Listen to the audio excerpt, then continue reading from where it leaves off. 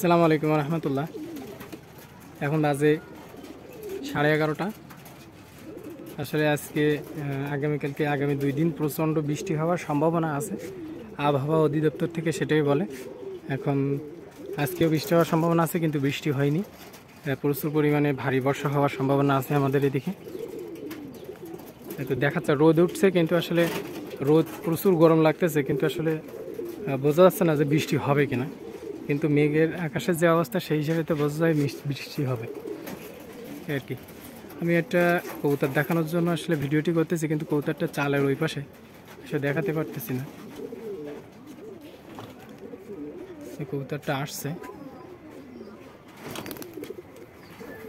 ওই যে ওই পাশে,